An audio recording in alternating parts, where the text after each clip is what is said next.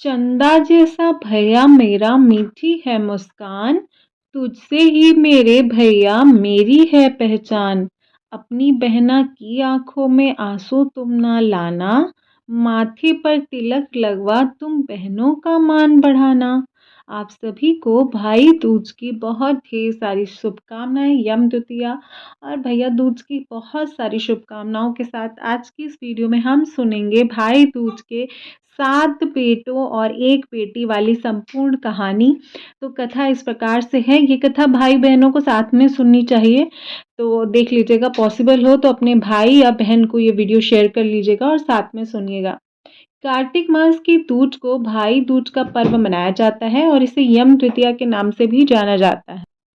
तो देखिए, सबसे पहले एक बुढ़िया माई थी, उनके 7 बेटे और 1 बेटी थी। बेटी की शादी हो चुकी थी।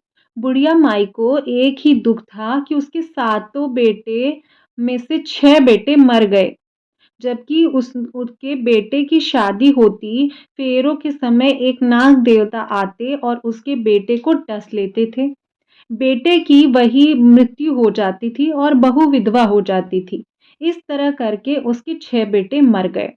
7वें की शादी होनी बाकी थी। इस तरह अपने बेटे के मर जाने से वह दुखी से भरी हुई बूढ़ी माई रो रोकर अंधी हो गई थी। भाई दूज आने वाला था और भाई दूज आई हुई तो भाई ने कहा कि मैं बहन के तिलक कराने जाऊंगा। माँ ने कहा ठीक है। उधर जब बहन को पता चला कि उसका भाई आ रहा है तो वह खुशी से बहुत ही खुश होकर अपने पड़ोसन के गई और उनसे पूछने लगी कि जब बहुत प्यारा भाई घर आए तो क्या बनाना चाहिए।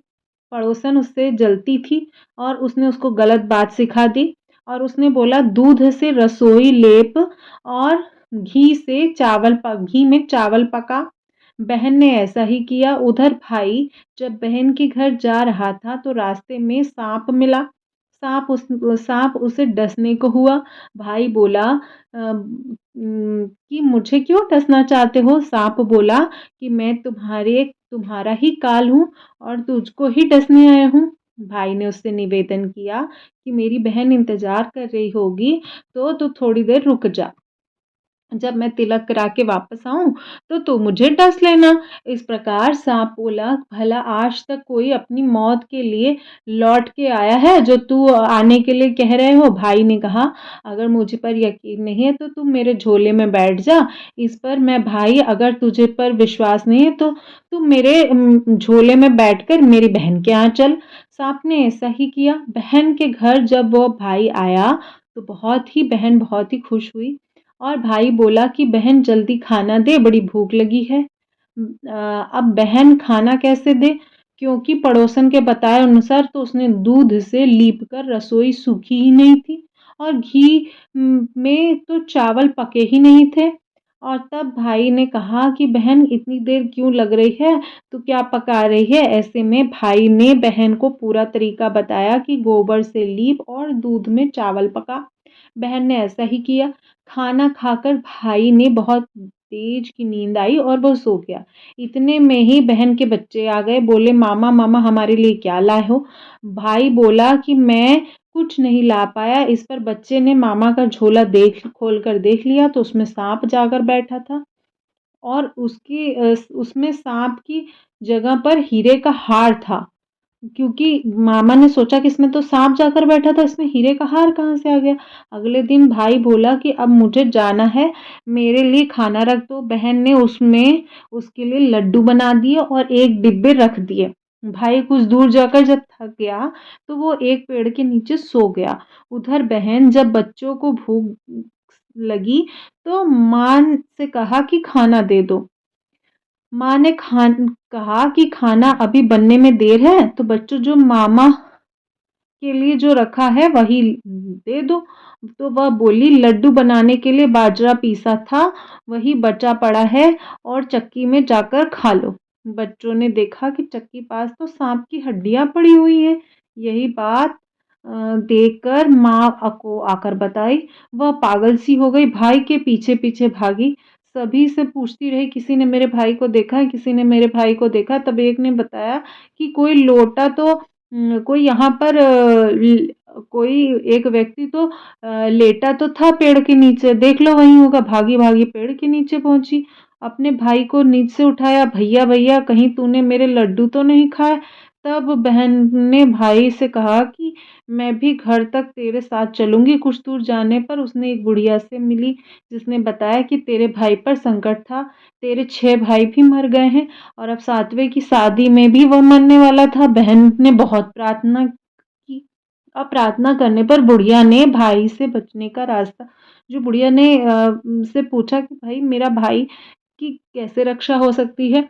भाई के पास आकर बोलने लगी कि तू तो जलेगा, कुटेगा, मरेगा। भाई चौंक गया तो कुछ समझ नहीं आया और इसी तरह से दोनों भाई-बहन माँ के घर पहुँच गए।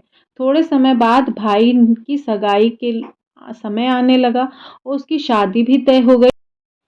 जब भाई सेहरा पहनने लगा तो वह बोली, "इसको क्यों सेहरा बांधे हो? सेहरा तो मैं पहनूंगी, ये तो जलेगा मरेगा।" बहन ने देखा इसमें कलगी में की जगह पर सांप का बच्चा था। बहन ने उसे निकाल फेंक दिया। सभी लोग बहन की तारीफ करने लगे। अब जब भाई घोड़ी पर चढ़ने लगा तो बहन फिर बोली, "ये घोड़ी पर क्यों चढ़ेगा? घोड़ी पर तो मैं बैठूंगी, तो ये जलेगा मरेगा।" सब ने उसी घोड़ी पर भी उसे घोड़ी पर भी चढ़ा दिया। जब बारात चलने हुई तो बहन बोली कि इससे पहले इस दरवाजे से मैं निकलूंगी, ये तो पीछे रास्ते से जाएगा, दरवाजे से तो मैं निकलूंगी। जब यह दरवाजे के नीचे से जा रही थी तो दरवाजा अचानक गिरने लगा। रास्ते में ऐसे करते करते फेरों का समय आ गया और बारात दुल्हन के घर पहुंच गई। जब दुल्हन आई तो उसने दुल्हन के कान में कहा कि अब तक मैंने तेरे पति को बचा लिया, अब तू ही अपने पति के को और इनके साथ मरे हुए जेठों को बचा सकती है। फेरों के समय एक नाग आया, वो जैसे ही दूल्हे को डसने हुआ, दुल्हन ने उसे एक लोटे में भरकर उसके ऊपर से प्लेट बंद कर दिया। थोड़ी देर बाद नागिन लहर लहर करती आई और उस नागिन ने अपने पति को वापस मांगने आई तो बहू ने कहा, "पहले मेरे सातों जेठों को जिंदा कर दो।" नागिन ने उससे बात मानी और सभी जेठों को जिंदा कर दिया। उधर रो रो कर बुढ़िया का बुरा हाल हो रहा था और बुढ़िया बहुत ही व्याकुल हो गई कि अब तो मेरा 7वां बेटा भी बाकी बेटों की तरह मर जाएगा। गाँव वालों ने उसे बताया कि 7वां बेटे की बहू आ रही है।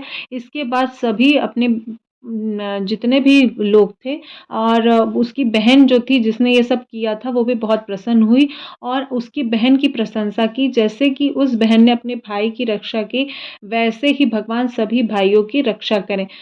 इस प्रकार थी भाई दूज की प्रथम व्रत कथा। आप सभी को भाई दूज की बहुत ढेर सारी शुभकामनाएं।